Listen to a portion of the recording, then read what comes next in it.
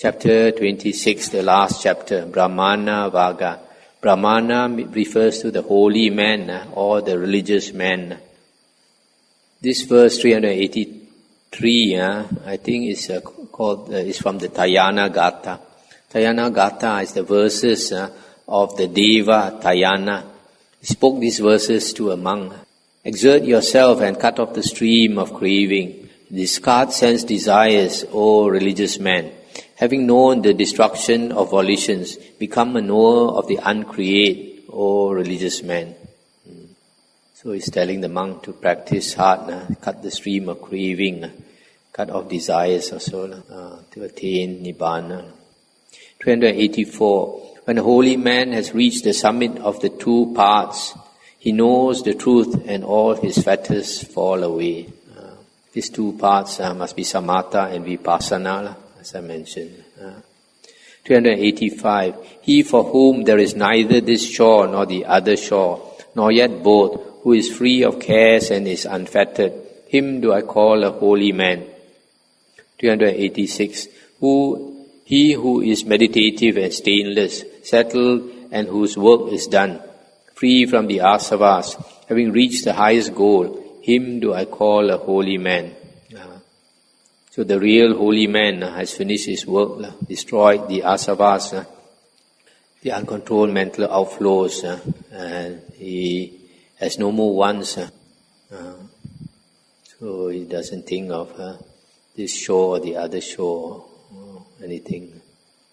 387. The sun shines by day, the moon shines by night, the warrior shines in armor, the holy man shines in meditation, but the Buddha shines resplendent all day and all night.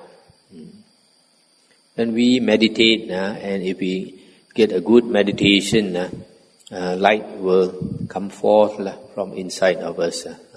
That's why the holy man shines in meditation. 388. Because he has discarded evil, he is called a holy man, a Brahmana. Because he is serene in conduct, he is called a recluse, Samana. And because he has renounced his own impurities, he is called a renunciate, Pabbajita.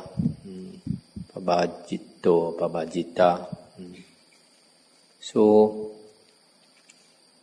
holy man has discarded evil, a recluse is serene in conduct, and a real renunciant has renounced his impurities, his unwholesome states.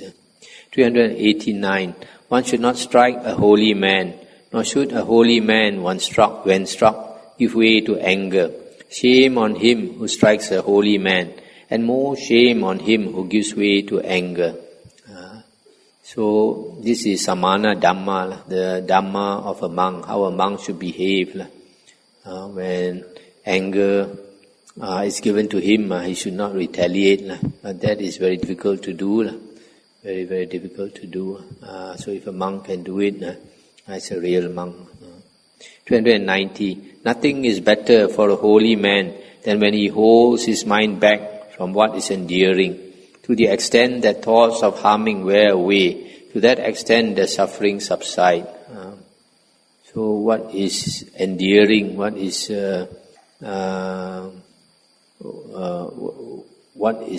pleasant for a monk? He should know the danger, hold himself back, and also anger and harming. He has to cut away also. 391. He who does no evil in deed, word and thought, who is restrained in these three ways, him do I call a holy man. So he does no evil in the three ways, the three karmas, deed, word and thought. 392. Just as a Brahmin priest reveres his sacrificial fire, even so should one devoutly revere the person from whom one has learned the Dhamma taught by the Supreme Buddha. So, if you learn something from a person on the Dhamma, you should appreciate. 393. Not by matted hair, nor by lineage, nor by birth does one become a holy man. But he in whom truth and righteousness exist, he is pure, he is a holy man. 394. What is the use of your matted hair, witless man? What of your garment of antelope's hide? Within you is a tangle of passion. Only outwardly do you cleanse yourself. So a lot of people from the outside, they look like a monk, look like a holy man. But what is important is not the outside, it's the inside. 395. The person who wears a robe made from rags, who is lean, with veins showing all over the body, and who meditates alone in the forest, him do I call a Brahmana, a holy man. So a person who is serious about the holy path, he lives alone in the forest. 396. I do not call him a holy man because of his lineage or his high-born mother. If he has impeding attachments, he is just a supercilious man. But he who is free from impediments and clinging, him do I call a holy man. You see here, because of lineage, nowadays some monks, they're very proud, they belong to a certain lineage. But here the Buddha says that is not important at all. Your monk's lineage or your parents' lineage, all that is not important. What is important is to cut off the impurities inside, the clinging, that is important. 397. He who, having cut off all fetters, trembles no more, who has overcome all attachments and is emancipated, him do I call a holy man. So if we have cut off our attachments, and we have no attachments, then we tremble no more. Whatever happens, we are not attached. 398. He who has cut off the thong of hatred, the band of craving, and the robe of false views, together with the appurtenances, latent evil tendencies, he who has removed the crossbar, ignorance, and is enlightened, him do I call a holy man. Not easy to do all this. 399. He who, without resentment, endures abuse, beating, and punishment, whose power, real might, is patience, him do I call a holy man. This patience or forbearance is, the Buddha calls the highest austerity. It's hard to practice. 400. He who is free from anger, devout, virtuous, without craving, self-subdued, bearing his final body, him do I call a holy man. If he is bearing his final body, he's Arahant already. 401. Like water on a lotus leaf or a mustard seed on the point of a needle, he who does not cling to sensual pleasures, him do I call a holy man. So sensual pleasures does not attach to him, and sensual pleasures fall off like water from a lotus leaf for this holy man. 402. He who in this very life realizes for himself the end of suffering, who has laid aside the burden and become emancipated, him do I call a holy man. This burden refers to the burden of the 5 aggregates, body, feelings, perception, volition, and consciousness, which is basically body and mind. The ordinary person carries this burden of the self in the body and the mind. 403. He of profound knowledge, wise, skilled in discerning the right path and the wrong path, who has reached the highest goal, him do I call a holy man. This profound knowledge is not worldly knowledge, it's the knowledge of the Dhamma. 404. He who holds aloof from householders and ascetics alike, and wanders about with no fixed abode, and but few wants, him do I call a holy man. This is aloofness, a person who is serious on the holy path. He is aloof from lay people, and is also aloof from other monks. 405. He who has renounced violence towards all living beings, weak or strong, who neither kills nor causes others to kill, him do I call a holy man. This one does not harm any living being at all. 406. He who is friendly amidst the hostile, peaceful amidst the violent, and unattached amidst the attached, him do I call a holy man. 407. He from whom lust and hatred, pride and contempt have fallen off like a mustard seed from the point of a needle, him do I call a holy man. All these unwholesome habits and states he has discarded. 408. He who utters gentle, instructive and truthful words, who implicates none, him do I call a holy man. Buddha says a good speech has a few characteristics.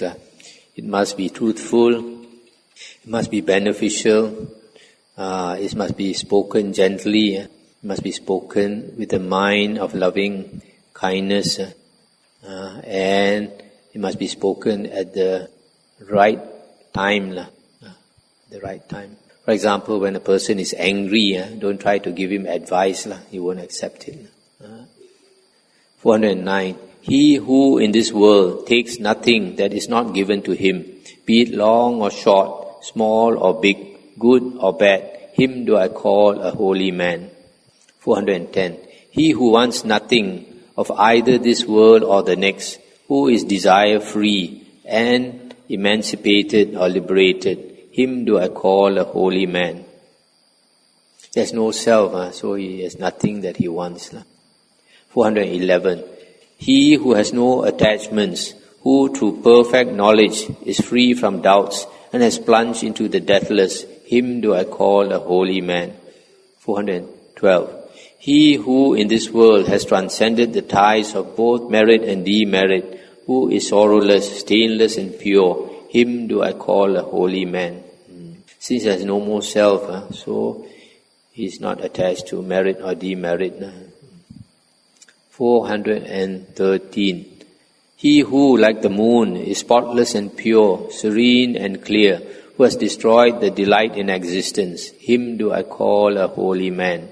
414. He who, having gone beyond this miry, perilous and delusive round of existence, has crossed over and reached the other shore, meditative, calm and free from doubt, who by clinging to nothing has attained to Nibbana, him do I call a holy man.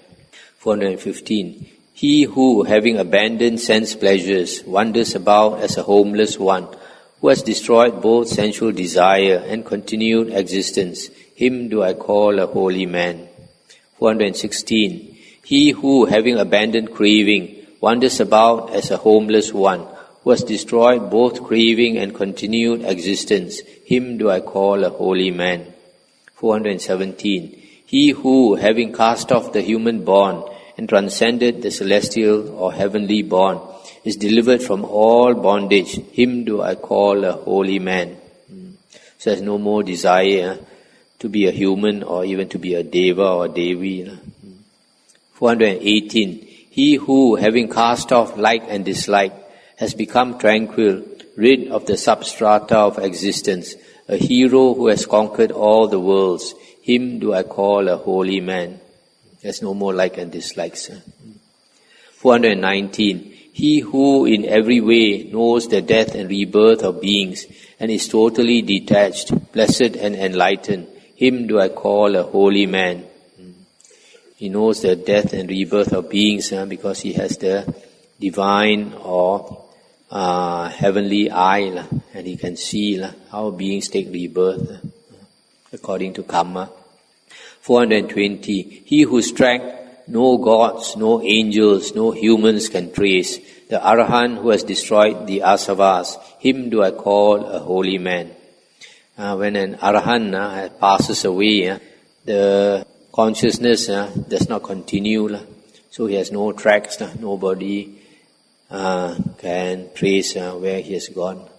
421. He who clings to nothing of the past, present and future, who has no attachment and holds on to nothing, him do I call a holy man.